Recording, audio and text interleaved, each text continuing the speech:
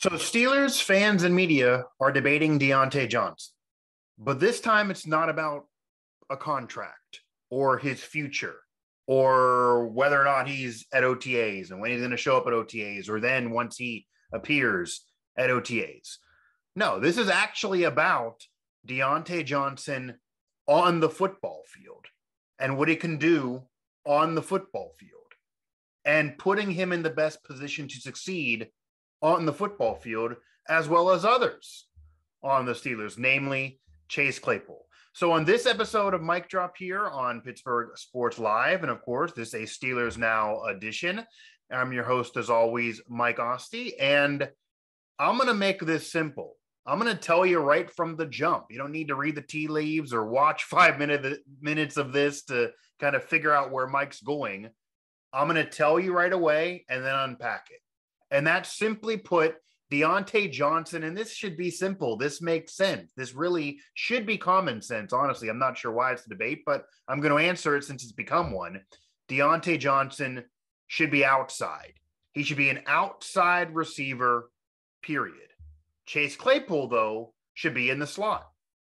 Now, there's been a conversation, and I know they mix and match things, and coaches try things out, and things go on during camp, and will go on during upcoming training camp, and who knows, even in the preseason, to figure things out. And this is another year of Matt Canada, so it's not a new offensive coordinator like it was last year, but it's another year of Matt Canada with a new quarterback. Ben is gone. He is retired. So whether it be Mitch Trubisky starting the season or Kenny Pickett somehow starting the year as a rookie, he certainly is the future of the franchise, or even when Mason Rudolph's throwing passes, and I still would imagine he's not on the team when the season begins. Regardless, it's not Ben, it's new. It's a new offensive line, some new members there. Obviously, Najee Harris still the starting running back. Freiermuth, another year emerging. So the offense, you figure, is better suited for Matt Canada's style. Can't be worse blocking-wise from what it was last year. So you figure it's a little better there, even if it's not as great as maybe you would like. You figure Najee Harris another year would also be even better. You figure Fat Freiermuth takes another year step. I think he actually can be one of the better overall tight ends in the league. Great pass catcher, become a great blocker last year. That can keep up. Diontae Johnson last year, though, emerged as the Steelers' number one. Now, and I've done past shows on this, and the whole debate is he a number one in the NFL, or is he a number one on the Pittsburgh Steelers? And if he's a number one on the Pittsburgh Steelers, do you pay him for that? And is that enough reason to pay him and to keep him and to give him big money? Because you did draft receivers I've yet to talk about in George Pickens and Austin the third. And Calvin Austin the third. And Calvin Austin's a burner. And George Pickens has all the talent in the world when he gets his head right, and he's been in big games. So maybe they're the future. And maybe because George Pickens, for example, he fits more of Diontae than, say, Calvin Austin would. But maybe George Pickens could step up and be a future number one, or maybe Chase Claypool would step up, or maybe if you don't have Diontae and you don't believe he's more than number one on the Steelers, but not really a number one in the NFL, and maybe he's more of a top 15, 20 versus a top 5 to 12, then maybe you don't want to give him that big money, and you feel like, say, the Chiefs did with Hill, that, okay, obviously we'd rather have better players at better positions and just be better all the way around if the salary cap didn't matter, but we don't need to give big money to Hill because we're still going to be a contender and we'll let somebody else pay him. And likely the Chiefs are going to have a better record than the Dolphins will next year. The Dolphins will have Hill and the Chiefs will not. That's what I would imagine. That's what most people, I think, are predicting right now. And that's what it looks like. So the NFL, you can find receivers. The Steelers, you have to two of them in the first 3 rounds. You can find receivers. You don't have to pay him big money. You pay him for a while. You have him on those young deals for a while. Then when it becomes big money, you can replace him. It is a position that right away you can have an impact. So Pickens could certainly have that impact right away. So could Calvin Austin with those big plays. They do lose James Washington. You do lose Juju. But Diontae Johnson is your number one. It's going to be your number one this year. It's a big year. Tons of pressure on him. I've talked about this before as well. Tons of pressure on Diontae. Maybe no one besides Devin Bush has more pressure on him this year. And Devin, to kind of show, obviously, he's something at all off of an injury, off of being solid and then an injury and looking to bounce back and that he's not a draft bust. Diontae Johnson didn't have the hype of Devin Bush on the other side of the football, and he became a Pro Bowler. He became a number one last year. He always had that ability. And again, I said this even before last season. Go check some tape somewhere. that Diontae Johnson was the number one on this team. Not Chase Claypool, certainly not Juju. Juju clearly never was the same guy without AB. Clearly was showed that he's a number two. He's better in the slot. He would be the best slot option of the three. He's gone, though. And Chase Claypool had that really amazing stretch his rookie year. Those 4 or 5 games that were historic. He was doing things that Randy Moss had done before him as a rookie NFL receiver. And that's 20 plus years prior, obviously. And great. That's fantastic for Chase Claypool. Another receiver they drafted like Juju, the Steelers can keep on drafting receivers. They always draft receivers well, and they've done it now for 30 years. And imagine that'll continue with Omar Khan and company after Kevin Colbert. The Steelers can draft receivers. Another reason why maybe you're weary to pay a receiver big mega money. They haven't done it since AB, and at that point, he was the best receiver in all of football. He's a Hall of Famer, obviously, figuring he's going to get there besides his off the field and the fact that he's a mental basket case, and he went off the rails, but on the field, it kind of made sense, obviously. Is Diontae that? Does he garner that? That's a whole question for another day, but on the field, how do you get him there? How does he impress? How does he perform? He's under the pressure. And what's best for you this year? It's why Diontae was a number one before even last year, why he was the only hope for you to have a number one for the Steelers before even last year, before he emerged to that. When Juju was there, when Chase Claypool was coming off his amazing rookie season, I still said Diontae was the number one, even though he didn't have the cachet, wasn't the personality of them. Wasn't as famous on social media, by the way, on TikTok. But Diontae Johnson had the separation ability, and that's why he got to be on the outside.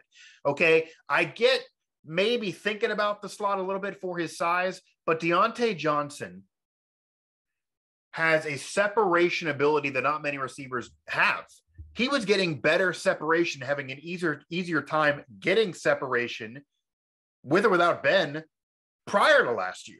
So forget the numbers. Look at the analytics. Look at the ability to get separation from a DB, from a defender, from somebody on the outside. And you're talking about a man-to-man situation off a corner. So it's not like he, obviously it's a mismatch with him and a linebacker, and it would be with Chase too. Obviously, I'm not saying Diontae can't go up the middle. Chase Claypool, though, fits that bill for me a little bit more, a more bulky, muscular body. We've seen him make big plays out of nothing doing that. And again, I'm not saying Diontae can't, but Diontae's better off at getting separation on the outside.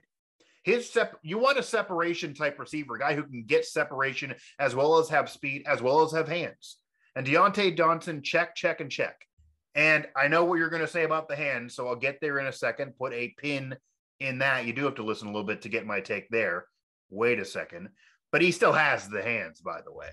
So you want the hands, you want the speed, you want athleticism, and you want the ability to get separation for an outside receiver. And of course, if they're blessed with a Randy Moss type of body, then okay. And if you're T.O., even though he's similar, more size, Chase Claypool's been compared to him for a really, really high pie in the sky comparison, then okay, T.O. kind of was just your number one, no matter whether he's outside or inside, and he would go up the middle sometimes, and maybe Chase Claypool can do that for you. Maybe he can get back to what he was 2 years ago and is needed to do that. Matt Canada is going to try to sprinkle things around. So I don't know if everyone's going to be fit in these boxes so much, but if we're going to debate on where Diontae Johnson should be and if he should go inside and if he should go in the slot and if Chase Claypool somehow should be that number one and go on the outside, forget the money, forget the contract for this show, for this conversation.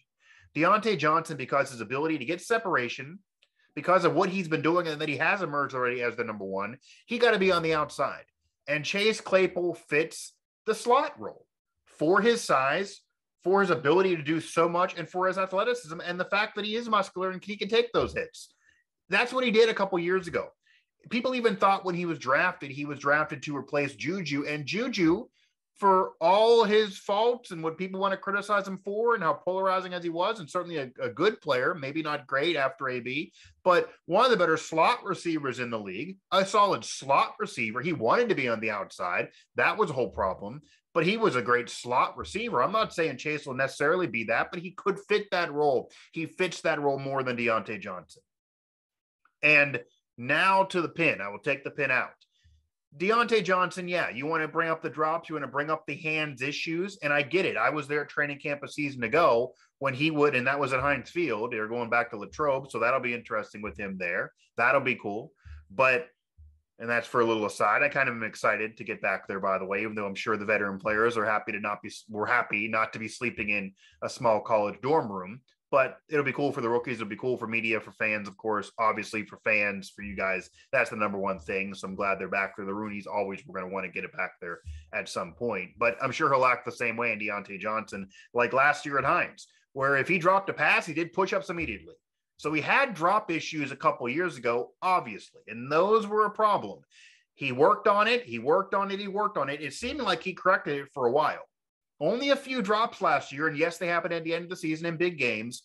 And then I know there were more in the playoffs. I get it, but it still feels like a problem that can be fixable, to say the very, very least, imagining that's what he's going to work on this year again.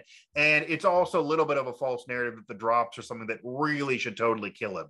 I'm not saying he's one of the better receivers in the league overall. I'm not saying he's a top 5 guy. Certainly there are other receivers that are better than him that have done it more, that I feel like you can get more out of right away. And I do agree. You can easily replace the position. That's why maybe big money is a question mark. George Pickens, I think he can have the biggest impact for any rookie on this team this year, maybe even more than Kenny Pickett, if Kenny Pickett would start. And if Pickett certainly doesn't start the year, then maybe it certainly is George Pickens. Maybe you'll hear a lot of Pickett to Pickens, certainly in the future. He's going to be around. He's going to have an impact more years to come.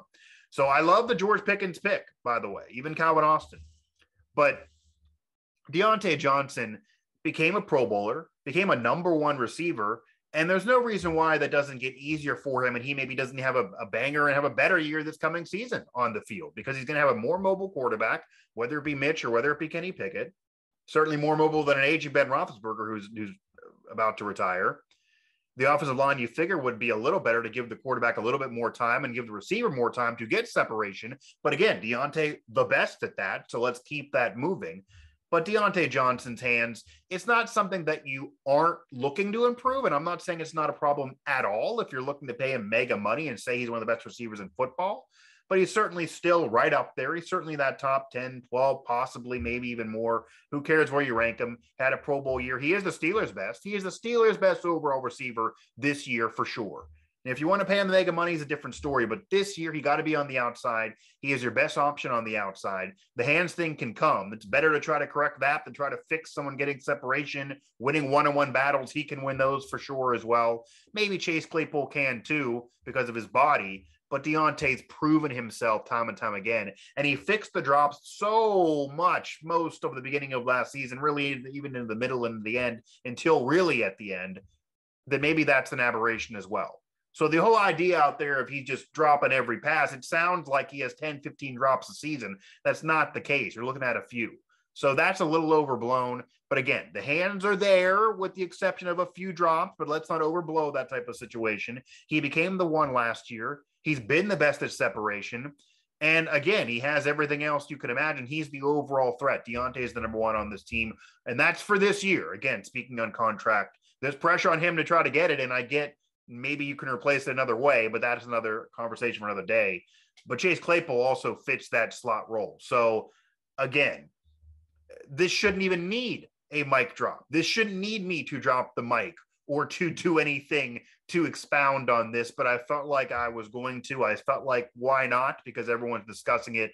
Diontae Johnson, it's going to be something they're going to tweak. They're going to have some fun with things, and Matt Canada will sprinkle things and show what he can do and switch guys around, of course. Pressure on him and this offense this year, of course. The excuses of years past are gone. But Diontae Johnson emerged as the team's number 1, regardless of what you think of him in the NFL. He just had a Pro Bowl year as the wide receiver 1 for the Steelers. You figure it's an easier time with a more mobile quarterback, no matter who it is, and maybe a better offensive line. Figuring better than last year, certainly can't get much worse. But Diontae Johnson has to be on the outside. He's an outside receiver. He's your 1. Chase Claypool is that slot guy. Chase Claypool can be that replacement for Juju. They both can fit there wonderfully, and that's how you work the offense this year. That's how you have success on the field this year. That's what makes sense. There's no reason to debate this. There's no reason to go further. There's no reason to say, no, Chase is your 1 overall, so put him on the outside. Diontae can do the slot. No, Diontae outside, Chase in the slot. If you want to work and tweak things and have fun every now and then, fine. But on a consistent basis, Diontae Johnson is that outside number 1 receiver. Chase Claypool is your slot guy. He's kind of replacing Juju. You fit everybody else around. You could have a solid receiver group with Freiermuth again emerging as well as a tight end pass catcher from even where you were last year, despite losing some pieces. So I shouldn't even have had to drop the mic, but I did it anyway. Again, Diontae Johnson got to be that outside receiver. He is your one this year. There's pressure on him to perform, and who knows about a contract or the future with him, and who knows about the NFL. That maybe remains to be seen. Needs to prove that he's better than just the Steelers one and can be that on any other team and overall in football. But to do that, he got to be the outside guy. Diontae Johnson got to be the outside guy. Chase Claypool can be a beast for you as that slot receiver. Again, follow us, of course, all throughout social media and find all our Steelers coverage, SteelersNow.com, at PGH Steelers Now on Twitter, at PGH Sports Live here for Pittsburgh Sports Live. Comment below here. Tell me why I'm wrong. Tell me why I'm right. I'll fire back at you nonetheless. Again, I am at Mike Asti 11 on Twitter, so go find me there as well. And that will do it. That was this edition of Mic Drop here on Pittsburgh Sports Live. So no need to pick up that mic. I dropped it for you. Let's keep it down there because I think I finally put this debate to an end.